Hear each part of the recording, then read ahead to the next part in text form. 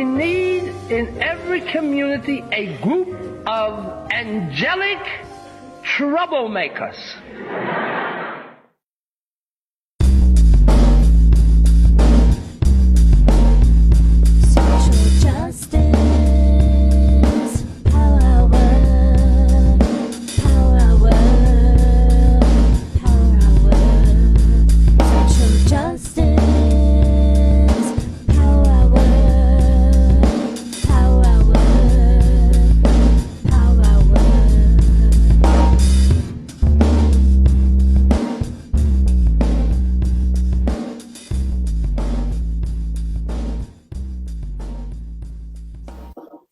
Good evening to our friends on the East Coast. Good afternoon to our friends on the West, and good in-between time to our friends in in-between spaces. Welcome, welcome, welcome.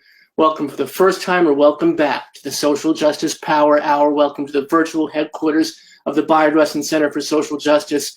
My name is Robert Seda Schreiber. I'm the chief activist here at the center, and honored and thrilled and always over the moon to be your host this evening, as I have been this past year since the pandemic started. Over 300 some odd shows, many of them very odd indeed. We have not missed a night. We have been live every night for a year, and some days, my friends, and some days indeed. Today was a day. I know that a lot of us felt it today. So I'm so glad to have the Power Hour with our beloved community tonight. I'm so glad to have our guest, Mateo Askaripour, who is the author of Black Buck. This book is blowing up, and I cannot wait to talk about this book with our guest tonight. It's going to be an extraordinary conversation. But before we get to that, I do want to share with you some things that are coming up on the Power Hour. As I said, we are here 7 p.m. Eastern, 4 p.m. Pacific every single freaking weeknight, so don't miss it. We're always here. We're always here, and we want you to be here with us. So coming up, we have tomorrow night, as always, every Tuesday since the pandemic started, we have held queer yoga with our queer yoga master, Jasmani. So come out with us and take a breath, both literally and figuratively. We all need it, right? And then Wednesday night, we have an extraordinary show coming at you. We have a special show of highlights from the past year from our transgender community. We've had extraordinary guests from across the spectrum. And of course, Wednesday is Transgender Day of Visibility. So our board president, Erin Worrell, will be co-hosting that night and presenting clips from the show from the past year from all those guests that we've had extraordinary conversations with. And Thursday, with everything that's gone on the past couple of weeks, we are really excited to have this meaningful conversation with Dave Cullen, the author of Parkland and Columbine, about gun safety and gun control. It's going to be important, it's going to be meaningful, and we want you to join us for it, please. And then Friday, to ease us into the weekend, it's First Folk Fridays, as always. David Brahinsky, renowned folk musician, will be with us to sing and to share community with us. And then coming up on the Power Hour in the next few, we have Disha Fila, who is the author of Secret Lives of Church Ladies. We're excited about this, over the moon about this. When Women Invented Television, Jennifer Armstrong will be with us. Punch Me Up to the Gods. This book is going to blow up, and I cannot wait to talk to Brian Broom. The Arsonist City, Hala Alan's going to be with us. John Doe and Jill Sopiul are both going to be with us in concert. Very excited about this, spinning off Friday nights. And the magnificent, fabulous Wayne Brady will be joining us. And that's just really some of the highlights that are coming up on the show. So please do not miss a night. Be here with us. Whether you've been with us from the get-go, some of you have been with us every single night, and we appreciate that so much. It's amazing. Thank you. And some of these, I know, are joining us for the first time, because I know Mateo has some friends, some followers, some readers, and some fam coming out. So thank you for joining us, and I hope that we pass the audition and you come back again to see us. I want to thank Chris, our dedicated volunteer, who is in the comments section, who will be giving you links to Mateo's work, to his social medias, and to buy the book Black Buck, because after you hear this cat talk, you're going to want this book in your library, so you'll know how to buy it when Chris gives you that link. And I want to thank our new volunteer, Neha, who's a high school student who just joined us this weekend, who wrote up our bio for Mateo tonight and our bios from now on. So thank you, Neha, for your work and for joining us here at the Bayou-Rustin Center for Social Justice. And without further ado, I've been jabbing on enough. Let's talk about our guest.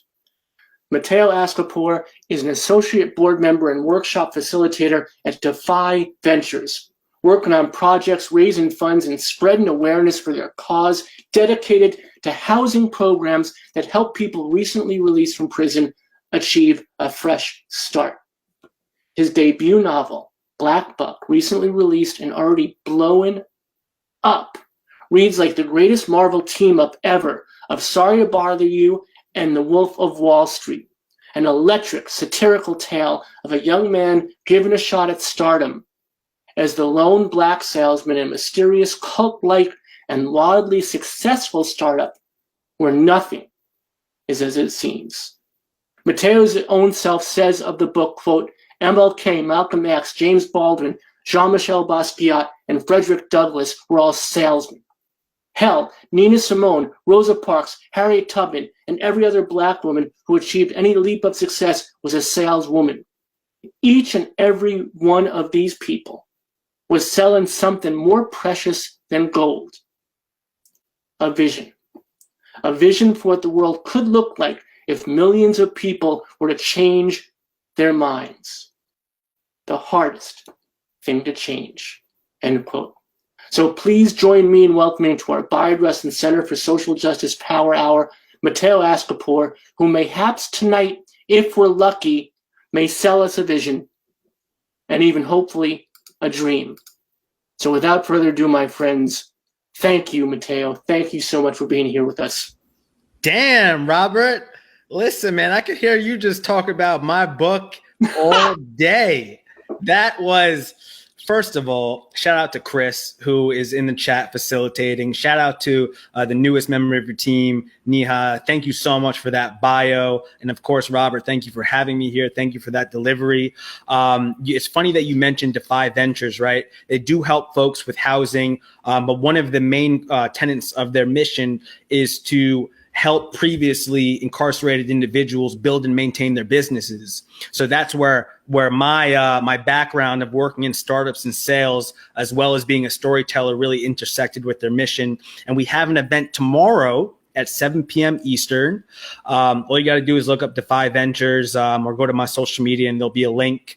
But let's talk about the present. I'm just so happy to be here with all of you. If you're watching this, you know, I know that there's at least a couple hundred of you. Please do not be shy. Get in the chat, meet someone, speak your mind. Nothing is off the table. In fact, it's only going to contribute to the conversation and make it better.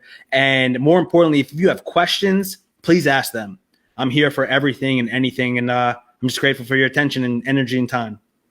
So that's wonderful. Thank you so much. I love it. I love it, man. We're getting off to a start. Robert Jones is here. Sorry, my man. Is he? Oh, my God. If there are people in the chat, if I get to see you who's in here, I'm going to give you a shout out. I see Stephanie Ashlyn Des Sirenes. My bad if I didn't pronounce that correctly, but there's just a lot of beautiful people here, so thank you for showing up. You're a beautiful person. Robert, I love you, man. What a beautiful, beautiful man he is, right? Look at this book. This book's right there. Right? You're book brothers, right? Masterful. Tell us about that. You're book brothers. Oh, man. So our books came out on January 5th, the same day. Now, make no mistake, I knew who Robert was for a minute before we actually began a dialogue, and maybe he knew who I was too. But a couple weeks or maybe about a month before our book came out, we began a dialogue via Twitter. And we were just bigging each other up, just showing real love. Not writer to writer, not even just black man to black man, but human to human. And it felt so genuine. And we said, hey, we should do an event together. And we both said, yeah, we'll do it down the line. And we spoke to our people about it and eventually came to fruition. But more importantly is we began talking to each other and checking in with each other before the book came out, as well as after. And he became a real source of strength for me and someone who I could just speak to about my journey rather than being afraid of looking like I wasn't grateful for all the great things that were happening, right? Our books both became New York Times bestsellers. I was on the Today Show, all of these things, but someone who I could open up with candidly and sincerely and not feel as though I was going to be judged. So his friendship and his brotherhood and his personhood with me has been invaluable. Shout out to you, Robert. And not only that, but his book is incredible. It would have been a little weird if like I loved him as a person and a writer, and like then I read his book and I was like, but I read his book and I was. Can you see it? It's right behind me. It's right here. Oh, it's behind both of us. Yeah, there you go, baby. Prophets. Go out and read that. I say read that before Black Buck if you haven't read it. I mean, there's a couple hundred books to read before you read Black Buck, honestly, but The Prophets is just masterful. Yeah, well, Robert has to come back. Robert promised he'd come back to talk about Wonder Woman. We're talking about Wonder Woman the entire time, so we're set. But what I love about this, what I love about starting this way is, one, as I said, it's been a heck of a day for a lot of us today. So having you and your positivity, your energy, and your spirit is a beautiful thing, my friend. But also starting off that way and talking about that that book brotherhood, right? Which is so unfortunately rare. Yeah. And when Hari Ziad was on a couple weeks back on the Power Hour, we also talked about this, and I think it's a subject that can never grow tired and always needs to be amplified. This idea that we can support each other and build each other up rather than knocking each other down. Oh yeah. And it's such the very essence and epitome of what community should be. Yeah, and it begins with your intention and also who you are, right? I knew that Robert's book was coming out on the same day as mine, the same week. And I knew that there were potentially going to be people out there that had a scarcity mindset. And Robert and I never discussed this actually, but this was partially what was going through my mind, that someone would say, whether they were a publication or even a reader or just a lay person, cruising across, the books, wherever you get your books from, hopefully in indie, hopefully also, Black owned to help the community. But I'm sure that there were people that were saying, well, I can only pick one Black book today. So it's either going to be The Prophets or Black Book, as though both of ours couldn't exist. But Robert and I want to say intentionally, even though we never actually discussed it, put up a united front. We were very vocal about how much we were genuinely supporting one another. And it was no fake shit, because him and I spoke. We would send voice memos back to one another all the time, and there was no artifice. It was genuine, and we were both, I'm so excited to the day. Robert doesn't live far from where I live in Brooklyn. I'm so excited for the day where it's safe enough for us to just kick it on the stoop together. But going back to what Hari said, Hari is a friend of mine who I've known actually for years. And a lot of people in the book industry don't know that. Going back to what he's discussing is your arms get stronger when you lift other people up. And if you can get out of that scarcity mindset, whatever people want to call it, crabs in the barrel, X, Y, Z, if you can get beyond that and know that you will be stronger through community, even if you are self-interested, right? Even if you're a self-interested person, investing in other people will come back to you tenfold. It doesn't always work like that, but if you're doing it for the right reasons, it will. So I'm just so happy that you brought that up and that we could kick it off this way, because as you could tell, I got real animated, real excited, because when I came into this world of books, what's up, Cynthia? Thank you for the comment. When I came into this world of writing, I felt like an outcast in some ways, and in some ways I still do. I don't have my MFA, my master's in fine arts of writing, which is something that folks who are studying writing get. I came from the world of startups. I was in sales. And I'm sure that many people, when they first heard about me, or I reached out to folks years ago before I'd ever really written anything and asked for help, I'm sure some of them questioned my sincerity, or they were saying, this guy seems a little bit too sincere. And, oh, he worked at a startup. He worked in sales. Maybe he's trying to sell me. But fortunately, over time, real recognize real. Right. And people see what I'm here for, and that I'm someone who champions my authenticity and looking to be as authentic as often as possible. There are definitely times that I fail, to keep it honest. Right. To be honest, I fail to keep it authentic. I try to be honest, like as much as possible. But to be embraced by people like Robert, like Disha, who you're speaking with, Maurice, right? Maurice is, I got a lot to say about Maurice. Of course, Robert. All the bookstagrammers out there, Nana Kwame Adjei-Brenia, another writer, Nafisa Thompson Spires. These are people who embraced me and did not make me feel unwelcomed. And I'm just grateful for it. And what that does with me, Robert, is it makes me want to double down and doing the same for others. Right. And not just even leaving the door open with my foot holding it, but with my arm outstretched saying, come through. That's what I'm trying to do, man. That's brilliant. I think that there are two threads I want to pull at, one right quick and then one I want to do a longer drag on. The first part was, I love what you said when you were like, me and Robert Jones Jr., we were pals, we were talking about our books, but what if his book sucked? And that's like, I love that because you're honest. You're like, that's a concern, right? Because you're like, hey, I want to help this person and we're going to, team up, we're going to do the do. And then you're like, oh, but I've read this and how do I now extricate myself from this situation? But the book is brilliant and you were lucky. Well, that's the thing. If I could interject, is like, even if I didn't find his book to be as just, I hesitate to use words because they're going to sound like the typical literary jargon, right? Necessary, gripping, exciting, new, a voice that we've needed for a long time, right? Even if I didn't find it in those things, I would have still been so honored to have supported him as an individual who I want to win. Now, I would have had to been a little bit careful in terms of how I talked to his book and even talked to him about it. But here we are. Maybe subconsciously I knew that it was just going to bang, and it did. I'm so happy. It did. And you can see that. That's what I'm loving about you. And I contacted you months ago. We've been sorting this out for a day. And I'm thrilled it's finally here. The second piece you said, and I want to amplify this. I want to say it again because it's gospel. You said your arms get stronger by lifting others up, and I think that's everything, right? That's what we need to do. And Mr. Jones Jr. Says, what strikes me about Black Buck is how intelligent and honest it is, how piercing it is.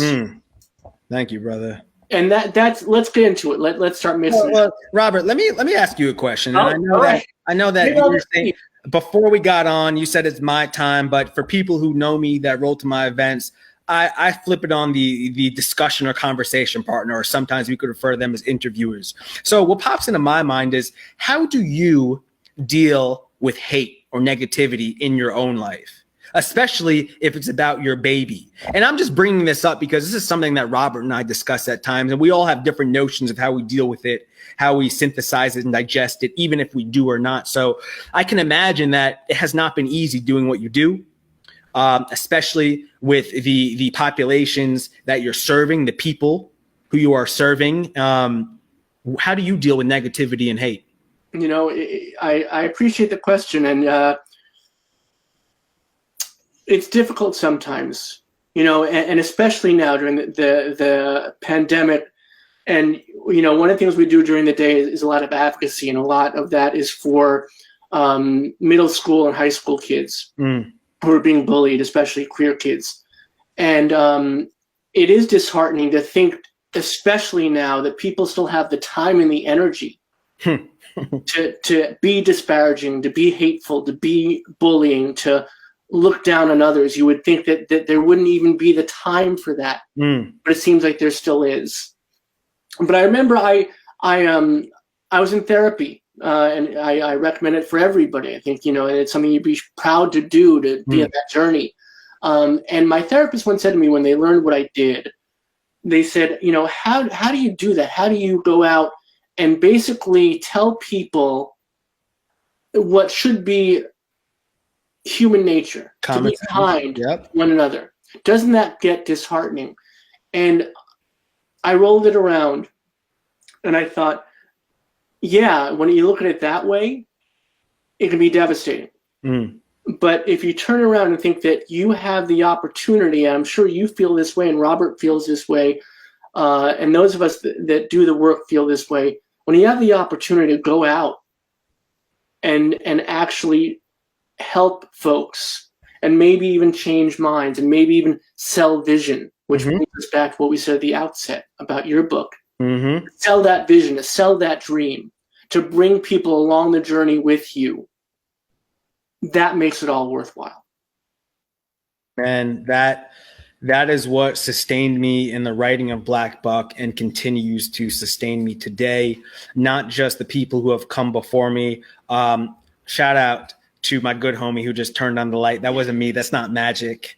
I There was no moving. It wasn't magic. My friend just turned on the lights for me to get that glow up, But that it's not just the people who have come before me who I count as inspirations. People like Nina Simone, Malcolm X, Fred Hampton, Maya Angelou, Frederick Douglass, even people who are still living, Oprah Winfrey, Dave Chappelle, Jean-Michel Basquiat, of course, who's passed us. So many of these people, Muhammad Ali, who lived into their truth and lived so unabashedly as themselves. And I'm not going to say created fearlessly, because I'm sure that they had fear sometimes, but they moved through it. It's not just those people, Robert, who sustain me, but it's the people who I'm creating for, who connect me to my purpose.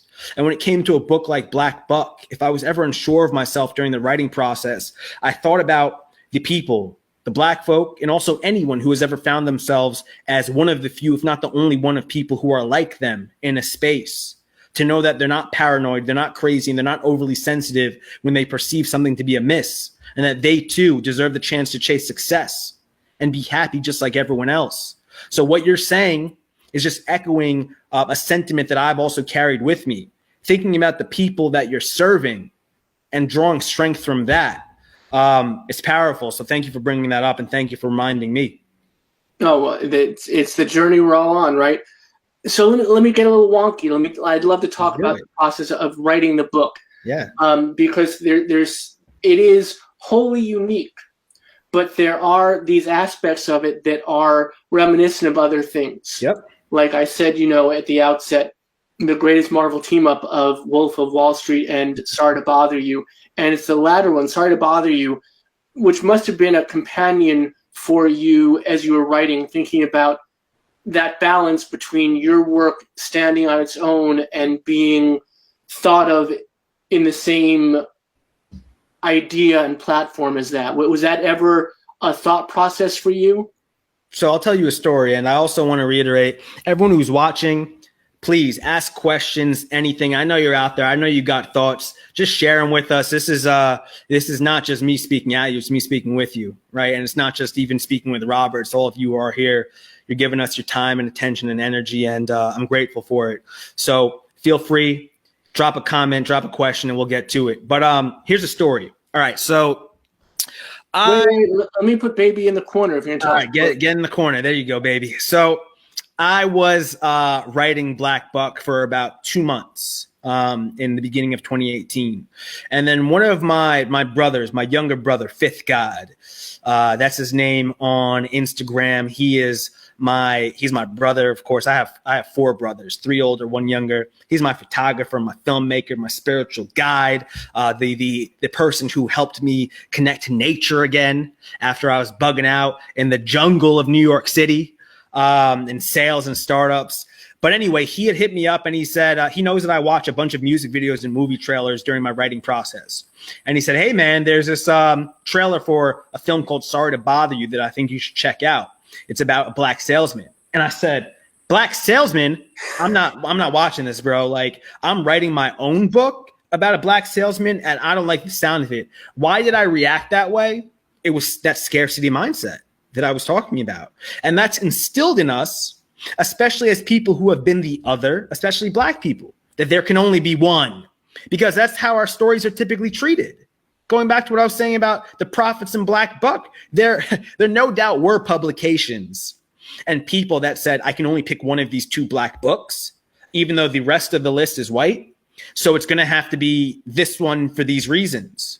So when I heard about Sorry to Bother You, I was like, I'm not watching this. I'm not going to watch this trailer for a minute because I don't want it to influence my writing. And I'm not going to watch the movie for a minute. So time passed, and I think I either finished my first draft or I was very close to it, and I watched the trailer.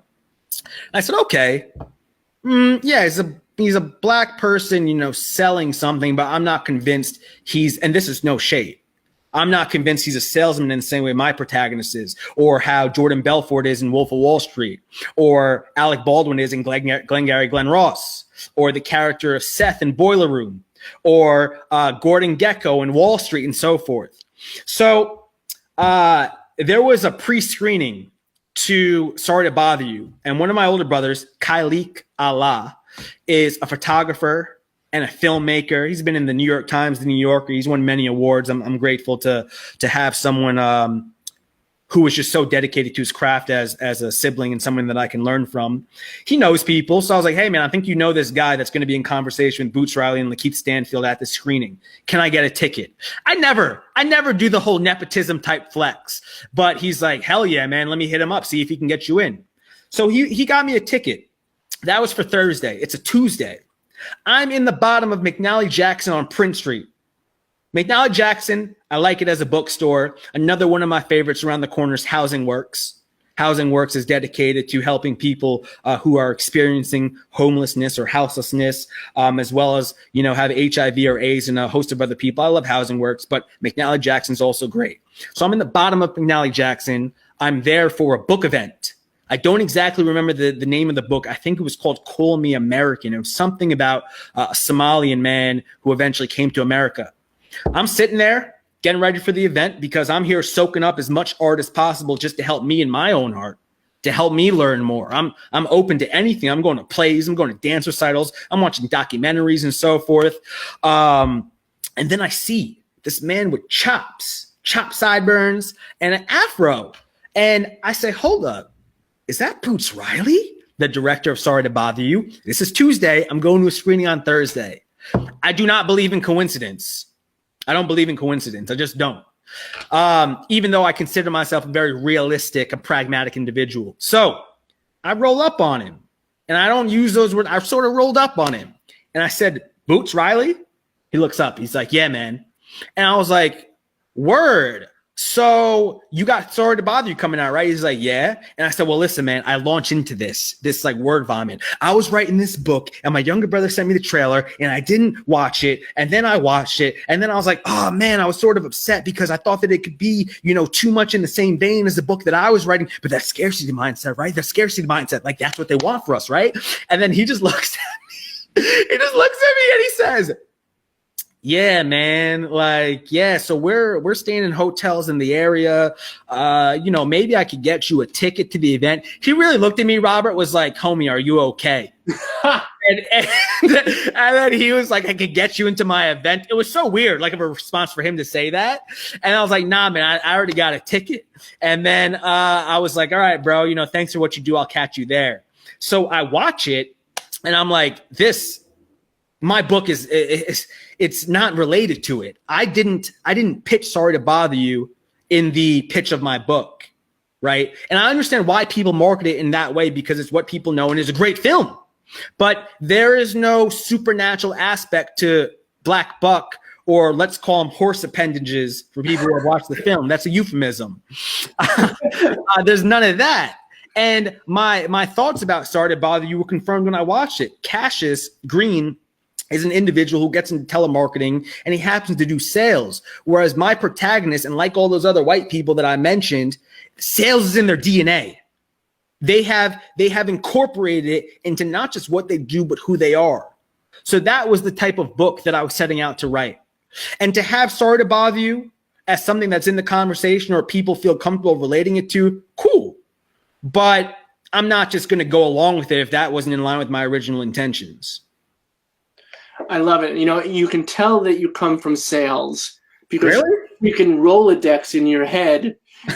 You know every name. I think you meet someone, you know that name for the rest of your life, and you're ready to pull it out in that little virtual Rolodex you have in your head. It's pretty amazing. Well, Robert, the thing is, and I had a conversation with a friend once about this, and here's a quick story, but it's about a life skill and also a sales skill. So I have a close friend, and for years, he's always saying, man, you have an incredible memory. Because sometimes playfully, I'd bring things out that he would tell me like 5-6 years ago, just to make him shook. Being like, hey, bro, I remember this. Just like we had that type of relationship, right? And he'd be like, holy, what? So one time we, as close friends and anyone in a close relationship, family, your partner, or a best friend might happen. You might have a conflict. Right? Depending on how you look at it, maybe you don't call it a conflict.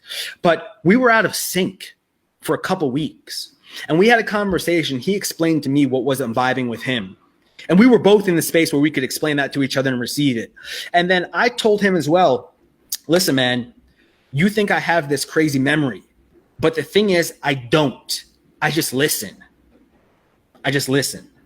And he told me that it changed his thinking, not just with our relationship, but also in life. And that's a skill that I gained from sales. Not looking to shove your product down someone's throat. Maybe a poor salesperson would do that just to get $5,000 or $1,000 via their credit card, but through listening to their needs and tailoring a solution to them so that you can keep them on for a longer time and service them rather than just trying to get them. So that's a little aside, man. No, it's not an aside. That's, I think, an essential part of it is that listening. You know, when I call customer service, I always wait for this. I'll always say, you know, hey, how are you? And they'll say, I'm fine. How can I help you? And that's a call I'm hanging up on. Wow. Because if someone doesn't say, how are you? If they don't make that connect, there's no way they can be of any service to me. There's no way they can be of service to anybody. Wow. I love that. I love hearing that from your perspective. So I've trained, I don't know, man, 100, 150, almost 200 salespeople. I've interviewed more. And what I would tell them is in the beginning of a call, when you're calling anyone, say, how are you? Hi, this is XYZ calling from XYZ. How are you? And they would say, Mateo, what? How are you? Like anyone could say that. Anyone could ask that. I'd say you would be surprised by the amount of the other people calling them up and not just saying, how are you? And letting them know that you actually care, at least for the duration of this phone call, right? That you care how they are and who they are. So it's just to be able to hear you say that, Robert, just again, this is confirmation that when people really make that extra effort to be human to human, rather than salesperson to client or customer service rep to angry customer or angry person on the end of the phone, that it makes a world of a difference. Oh, it's that moment of connection that is so freaking precious. You know, and when you're going out, like if you're at a supermarket, you're shopping, wherever you are, you look at that person, your cashier, your salesperson, whoever you're dealing with, you look at them and you recognize them as a fellow human being, as not just someone that is there to serve you or to, you know, that you're giving money to. It's a transactional relationship. It makes all the difference. It used to embarrass the hell out of my son when we'd go out. He would always hate going shopping with me because I'd make a spectacle of myself enjoying the process and hopefully making that process more enjoyable for others. Yeah, no, man, it's just like a lot of it comes down to sincerity and intention. And this makes me think of my good friend, Candace Elo, who wrote a book called Everybody Looking. If you don't know who she is, people in the audience or you, Robert, I suggest that you look into her. She would be great to come up here. She was a National Book Award finalist, actually. And she wrote some one time, not to me, but I think just in general on Instagram, that she does not like when people ask her, how are you, if they're not actually there to receive how she is. So that was a tool that helped me. It was a gem that I picked up where if I ask someone, how are you? I have to actually be prepared to receive how they are and listen to them. You know, it makes a world of a difference. You're exactly right. It's not only the asking of, it's the reception of the response. You have to be prepared, because oftentimes people are not going to be good, and you have to be ready to receive that service to them in that moment. Because the conversation could go like this: hey, Jack, you know, how are you? Not good. Word. All right, man. Well, do you have that screwdriver that I wanted to borrow? you got homie Jack being like, did this person hear me? Are they here? Does anyone hear me? That could be the difference between someone doing some harm or not, or feeling recognized or not. You never know. Indeed. I want to. We're more than halfway through, so I want to. Damn, we just got into another place. This is what we're talking about for the most part. Yeah. We're talking about life, but we're talking about this book too, Black Buck, a novel by our extraordinary guest tonight, Mateo Askaripour. I so endorse and suggest and encourage you to buy this book. And as I told you, our dedicated volunteer is in the comment section, giving you a link to our bookshop.org list, where we have all the authors who have been on the show, including Robert Jones Jr., who's in the comment section, and a whole bunch of other folks like Maurice, who was on last week, and a whole bunch of our friends. And we like bookshop.org because they give back to independent bookstores. So please consider the purchase of this novel. And I wanted to ask you this too. What fascinates me, and I don't see enough people talking about this when I talk about the book, is it's not only this great story, but it's also almost a manual for folks to do what you've been talking about a lot tonight. So a lot of what you've been saying, which are telling these stories, which seemingly are unrelated to what a novel would be, are exactly what's in this book. Because it seems like your intent was to create also a tool of success. You know, and you've touched upon it lightly a couple of times, but I want to go into it a deep dive, where every moment of opportunity, a lot of folks see as a moment of potential failure. And you have to let go of that to be successful, right? That's a lot of what's inherent in your work and obviously in your spirit too tonight. So can we talk about that a bit? How you came to that in your own life and how you were able to push that forward for others?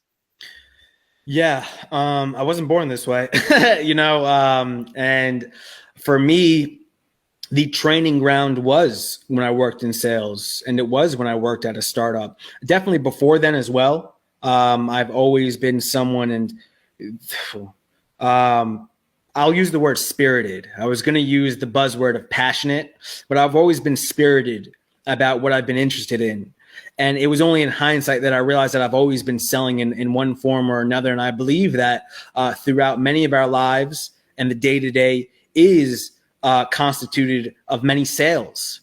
But we typically don't view it as such because sales has a connotation of sleazy, dirty, of transactional again. But sometimes it could just be an exchange of information, an exchange of thoughts, an exchange of trying to get you to understand or buy where I'm coming from.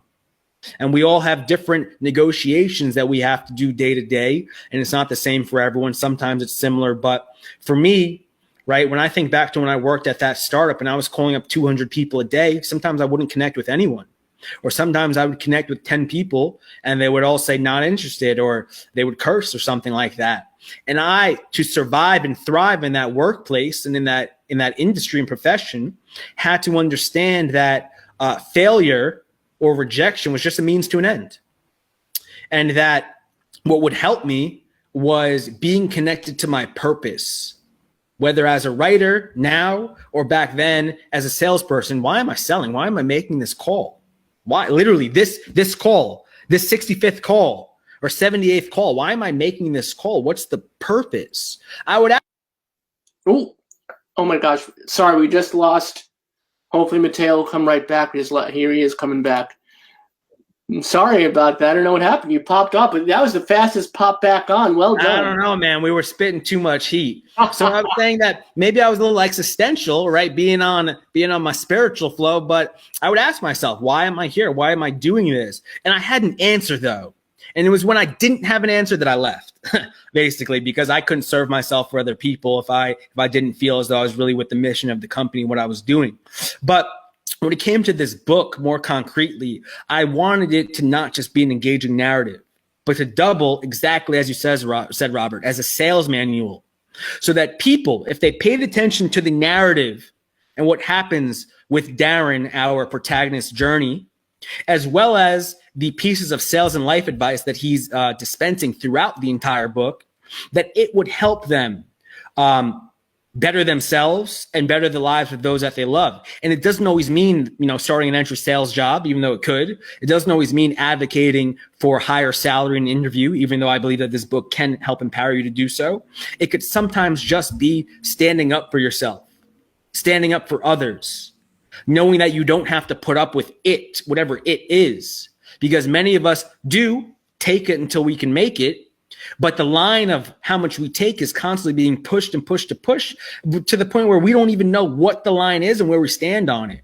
So I most definitely wanted to hit home the point that this is not just a novel, but it's also a sales manual. And to hear you bring that up is just music to my ears. Thank you. Oh, it's nothing but a pleasure. Process fascinates me, and I hope that our audience will enjoy going down this avenue with us as well. But process, I always get really stuck on because I find it just really interesting to hear how authors and artists come to their works of art. Why do you think that is, if I could ask? Like, what brings you to process? Do you like organization? I like knowing how people create. I like creation is so important to me. I think it's the essence of what we can do as human beings. So, and each of us really brings to it something unique. Yeah. And I always want to get to the heart of that. And part of it is how did you create this thing? And this thing we're talking about is your book tonight. So this thing that you've created, Black Buck, is a combination of a story and a combination of a sales manual, a self-help kind of process. Were there folks who said to you, you can't do that? No, because I didn't interact with any of those people. There were people, just a couple, not many, and I'm fortunate in that I didn't have a lot of people hate to my face, but you can tell, who's really with you and who's not. And that's one reason why I brought up negativity. You can see negativity manifest in different ways, even from people who say congrats. You can know sometimes when there's something behind it. But who I surrounded myself with during my journey as a writer, and the people that I cut off that didn't serve me, is also critical to know too. There were people I knew who weren't going to help me, but would harm me during this journey. I had to cut out so many people that I used to know from my old life of startups and sales and the world of business. And even some people who I grew up with, I just felt like never really knew me, or I didn't feel comfortable showing or sharing with them who I was. And because of that, maybe I could give them a chance down the line, but not now, because I need to focus on the people that are sustaining and supporting me. So during this journey, I didn't surround myself with too many people who would tell me I couldn't do it. That's not to say that I surrounded myself by yes people. That's not my style. I need people who are going to challenge me. I need people who are going to read my work and say, I like this and I don't like that. Or I think that you're going down a great path with this, and you're not going down so great of a path with that. And if I ask them why, they can articulate it. It's not just like, I don't know, man. Like, they've taken, there are people who are intentional and thoughtful and will put thought into telling me those things. So with Black Buck, I believe another advantage of not being steeped in this literary or publishing establishment is that when I did something like breaking the fourth wall, to have my character, who's the individual writing the book, it's, of course, my name's on it, but it's my protagonist, Darren, who's writing this book. When I had him break the fourth wall, I didn't say, wow, this is so experimental. This is so novel. Oh my God. Like, not a lot of books do this. I just thought that it was interesting for me as a writer, and that it would be interesting for the reader. But this is something that so many people who read it and people who are in the industry say that this is so different, that I took risks. When for me, I was just doing what I thought would be fun and interesting and engaging and help me get my message across and keep the reader, wanting to continue to invest in the book, hoping that it pays off for them in some way, shape, or form by the end. So, when I was pitching agents, of course, not everyone said they wanted to represent it, but the people who gave me offers, I went with the individual, even though they were all great, the individual who I believe understood what I was doing. And then when we were pitching editors, we had many editors that were interested, but the first person I spoke with from Houghton Mifflin Harcourt, my current publisher, just got it. And they gave a preemptive offer. And I spoke with a few people real quick. I was in San Francisco at the airport, and I was like, oh, should I take this? Should we go in an auction? Like, we have this one person that's interested. I mean, yeah, like, they're great, but maybe there's other great people too, and we'll jack the price up even. And then I had a friend, Jason Reynolds, who writes many middle grade and YA books. He is like the young ambassador, the national ambassador to young children's literature. I'm messing up the title. He is just, man, Jason's the best. He's been a big brother to me.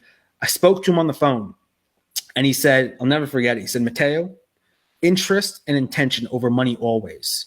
He says, this publisher is so excited about your book. They're going to throw everything behind getting it out there, getting to the hands of as many people as possible. You write more money will come down the line. You'll be paid, like your work will get its due, because that's something else that's important, right? Many of us in this industry, especially those of us who, there aren't so many of us in here, have been told to take this crumb financially at times and get full off of it.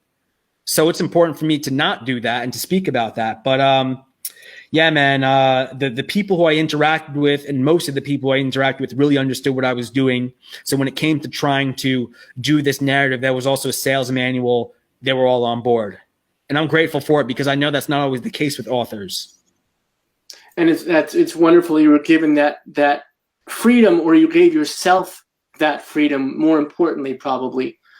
But did it make it any harder then to find the balance, which is always delicate, between the story that you were telling and the part where you're breaking the fourth wall, where your character is telling people, this is how you do this, and this is how you get ahead, and this is how you can succeed? Was that a struggle at times for you? Was it something that you were always aware of, how to find the correct formula that would work for the reader? Yeah, like in the beginning, it was organic, so it wasn't that difficult. But then with successive drafts, I had to figure out where, because I got feedback, not from my editor, but from an early reader that said, I really like when you break the fourth wall. I think you should do it more. So then I had to say, okay, I first did it just intuitively. Now I actually have to figure out more with my mind than my heart, because I'd already written the first draft, right? So because I was now in the revision stage, I wasn't working again from my heart so much. It was more so with the mind, even though I would try to tap back into my heart. So I was thinking more with my mind. Now, where do I insert these instances of where he breaks the fourth wall? And then I had to sometimes take certain ones out, or if I felt that they weren't hitting that well, or that they weren't keeping consistent with the type of vibe that I want, then I had to, change them up or alter them in some way. So at first it was very easy, but then I had to put a lot more thought into it. So here's the follow-up.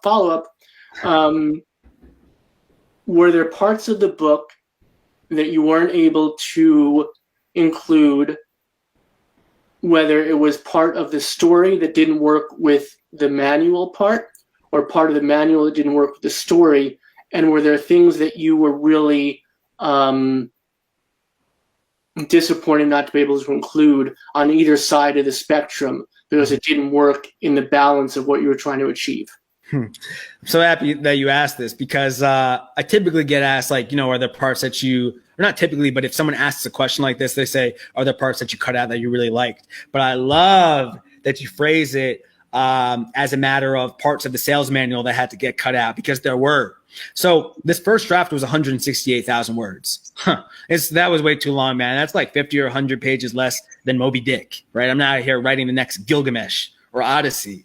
So I had to cut out like almost 60,000 words. 168, about almost 60,000 words, around 58, because the final product behind me is about 110,000 words. So that's like a whole other book that I had to get out of there. And when I ask this, when people ask me this and I answer, I'm typically thinking about plot points or characters that I had to get rid of. But there were aspects of the sales manual. I wanted to have a glossary. I wanted there to be an appendix of like 9 types of salespeople.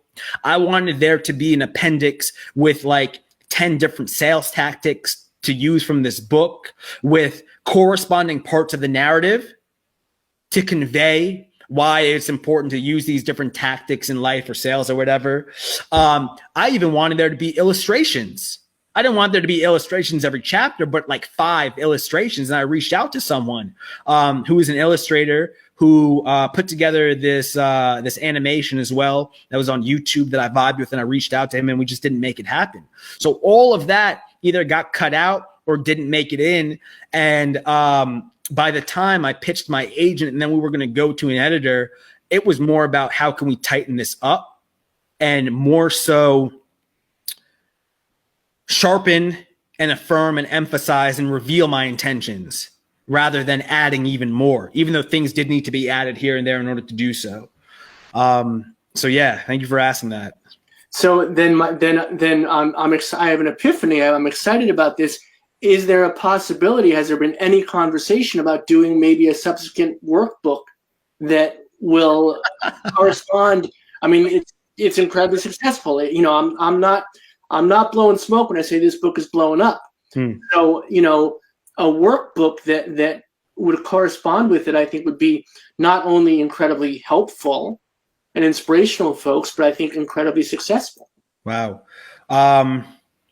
There was discussion, not of a workbook. There was a discussion of when the book comes out, and this might still happen with the UK release. It's coming out in the UK in May 27th. There was a discussion of like Buck's little black book of secrets, right? Where or rules, where we would distill all of those instances where he's breaking the fourth wall and put it into a very small pamphlet of some sorts. That's cool.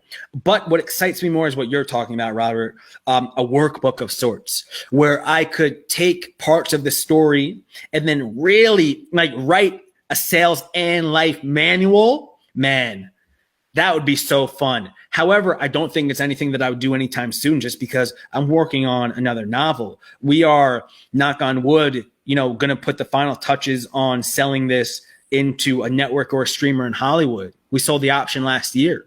And with bringing it to the screen, if it makes it there, knock on wood, then it will most likely be a TV series. And if it's a 1 hour, you know, TV series, that means that we have to write a lot more of these characters' backgrounds, and we can potentially include a lot of what I had to cut out. And there's nothing to say that all of a sudden the character of Darren, who then becomes Buck, doesn't just break the fourth wall and say, listen, here are these 9 types of salespeople. Let me run you through it. Something like that, right? That we couldn't include in the book. So sky's the limit. But thank you for bringing up that idea of a workbook, because I felt a little ping, not in my head, but in my heart when you said that, of like, damn, that would be interesting as hell to do and to potentially just give it away for free.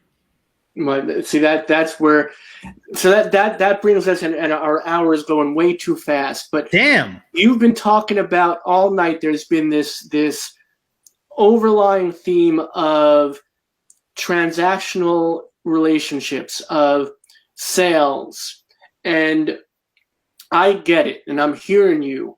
But so many other folks see that as something that is disreputable. Mm-hmm. As if you're always thinking about selling, you know, they're not thinking about the idea of what you're selling. Yes. People think about the idea of sales itself as being something that is harmful. Yes. But it's all about 2 things to me. It's about intent. Yes. If what you are selling, you are meaning to improve others' lives and well-being and spirit and energy. And also, do you believe in what you are selling? Mm-hmm. Right? And I think that people don't get that because the honest truth is the vast majority of sales is about making that quick profit. Gotcha. Right? Yeah. Exactly right. So I think that's another important part of what this book does, and what your energy and spirit does, is it takes away that tawdry aspect of salesmanship. It puts back into selling as being something that can be not, mulch, which is important. Yeah. It's really important, makes things grow, but, not disinfectant, not, whatever it may be. Cutco knives. Right, exactly right. It is about dreams. It is about spirit. It is about how we sell each other, how we get through the day. And we see that in the beginning, right, of the book, where I'm discussing that as you read, Martin Luther King and all of these people were selling a vision for what the world could look like if people were to change their minds. As you said, the hardest thing to change. It just depends on how you look at it, right? If you attach or you contextualize what these great people have done and what you're doing as sales, then it starts to feel icky. But I think, and I don't know if I've ever articulated as much, because most of the time I'm saying that I wanted to re-envision what the salesperson or the American salesperson looked like. Because when we think of a salesperson, many of us think of someone who's white, cisgendered, heterosexual, and male. But I did as well want to refashion how we view sales and selling itself. for sure, right? Like, this is me, and I'm sharing my point of view, but I also view this as selling. Someone looking to inspire or motivate through speaking or through their actions, I can view that as selling. That doesn't mean that because you view it in that way, that you're looking to get something from other people. Sometimes just what you're looking to get from them at most is understanding or reawakening of their best selves. I can't tell you what it is, but yeah, thank you for bringing that up, man. That just, this is the type of conversation that helps me go deeper into myself.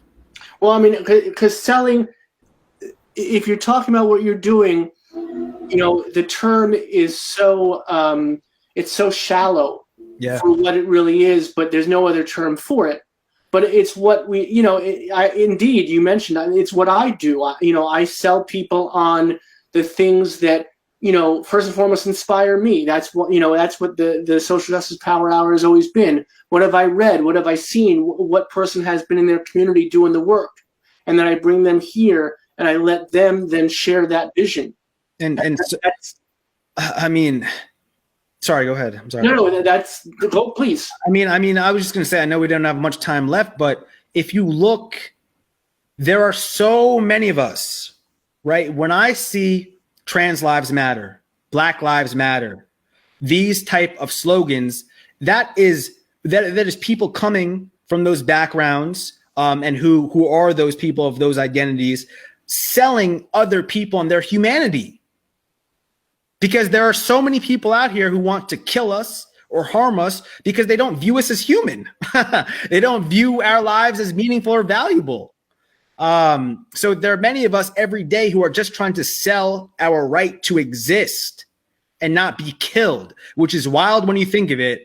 But that's part of what I think of when I see these things and say these things myself. You know, and it's funny because it's always turned around on us, right? It's always about language. Because when people talk about abolish the police, and then so much of the conversation became about what a horrible slogan. I remember when right? President Obama was talking about it. Right, exactly right. And then you lose sight of the import of what we're actually talking about, because you're talking about the language of it, and that's salesmanship. And then we get lost in that. And if people would just acknowledge salesmanship is a part of the process. Yes. We have to sell each other our humanity every day. And that's the issue, right? If we go beyond the slogan or we go beyond the sale, right? And you're trying to ask, like, what are these people? What are we trying to really put forth into the world? It's that we deserve to live and we deserve to exist and we deserve to be happy. But you're right. People don't want to focus on that. They want to focus on the words. Yeah. And well, because they have nothing else there's nothing else to focus on, because the ideas are too strong. They're too worthy. They're too good. And they'll break so many barriers that need to be broken. So let's focus on the language of it. Let's focus on the superficiality of it. Yep. And not what's really meaningful. And we do it, I know that we're coming down, and I don't want to, I don't mind staying for the after party, principally proud. But Cynthia says, exactly, even Sesame Street and Schoolhouse Rock creators were in advertising, right? I can still tell you, I'm just a bill, right on Capitol Hill. I heard that in 5th grade so many times, man. I still got that in my head years later. And it's so, and that needs to be acknowledged as important and a part of the process. Yep. Because that's how you communicate a message. Yep. And we have to get rid of those barriers that allow people to hold us down. Big facts. This has been wonderful. Oh, man, that's so much fun. Thank you for having me. This is the book that we've been talking about, that the whole thread of the conversation has been winding through, and I cannot recommend highly enough. And as I say, when I really believe in a book and an author like yourself, buy a copy for yourself, buy a copy for a friend, buy a copy for an enemy who'll become a friend. Ooh. And maybe most importantly, and we want you to buy a book because we want you to support Mateo, but there are a lot of folks who can't afford books. Yep. And their conduit for being exposed to great literature like this is their local library. Libraries. So please call your local library and you say, hey, do you have this book on your shelf? And if they do not, you say, as a patron, I am requesting that you buy a few copies so that our youth and that our community can be exposed to this great work, and it's meaningful as well. Thank you, my friend. Thank you, sir. I hope that you'll Thank come you, back. everyone. I hope that if not before, at least when the series hits, when you're a big TV star, you'll come back and remember us. It would be my pleasure. But even before that, if you just want to talk about something, you hit me up and I'll always make space for you. Same here. Thank you so much. Thank you to everyone who watched. Be blessed. Have a great evening, and have a great rest of your March and year. All right. It has been a great night. Thank you. A perfect ending to an imperfect day. Thank you, my friend. All right. That is Mateo Askaripour, everybody. What a wonderful evening. I want to show you the book again. And I didn't get to ask him. I wanted to ask him about this cover. The cover is beautiful. It's a great piece of art, too. So I love a well-designed book. So please do support our friend who came out and shared the community with us tonight. Please do come back to the Power Hour. I hope you enjoyed this evening. I hope you enjoyed this community building conversation, this virtual communion. We are here 7 p.m. Eastern, 4 p.m. Pacific every single weeknight. Do come back and join us. Until tomorrow, be good to each other. Be good to your families, chosen or otherwise. And most importantly, and I hope you heard this thread throughout the conversation as well, it's important, be good to yourselves. You need it, and we need you here with us. We need in every community a group of angelic troublemakers.